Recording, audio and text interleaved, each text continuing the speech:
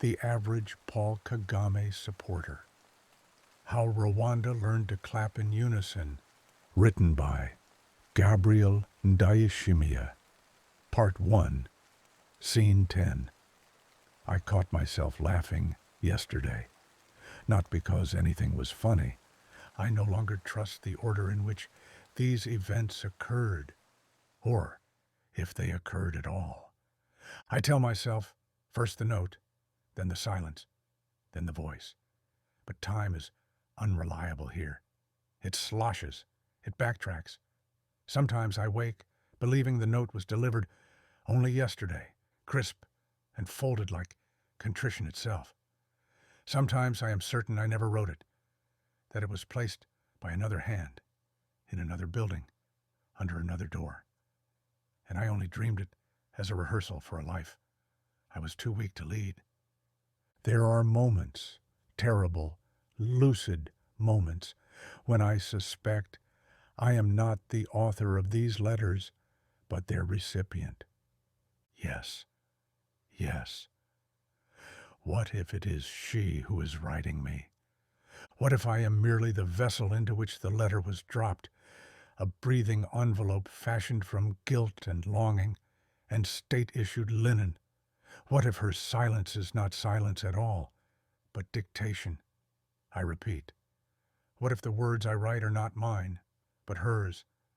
After all, they come to me unbidden, especially in the early hours when the city is inert and the walls exhale. I begin to write before I know what I'm saying. Whole sentences arrive, intact, already wounded. They pour out of me like water from a pipe no one remembers installing. I look at the handwriting. Mine, yes, unmistakably mine, but only in the way a signature on a confession belongs to the trembling hand that was guided by someone else's knife. If this is madness, then it is a madness so complete, so elegantly constructed, that I feel no compulsion to escape it. Why would I? Within it, there is structure. Within it, I have purpose. I am spoken through. I am used. And isn't that, in the end, what we all crave? Not to be free, but to be necessary. The letters have begun to pile. I no longer hide them. They fill drawers. They gather like sediment at the base of a dry well. Some are dated, some not. Some addressed, some sealed. All of them written in the same ink, which I never remember buying, on the same paper, which never runs out. It is as if the apartment provides a monastic cell for a heretic with no God left to offend. I caught myself laughing yesterday, not because anything was funny. No, God, no. Because the laughter arrived, like an uninvited guest, halfway through a sentence. I had been writing something about mirrors, I think. Something about how they stop reflecting after a while. And then the laugh split from my throat like a beam of light through stained glass. It scared me, not because it was mad, but because it sounded honest. You see, that's the worst of it. I am no longer sure which parts of me are artifice.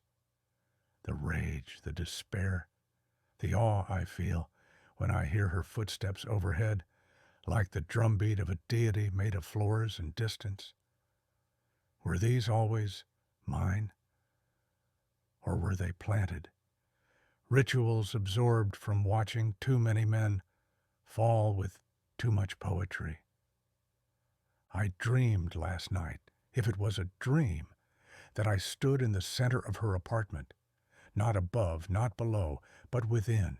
There were no walls, no furniture, only mirrors, tall, rectangular, all facing inward.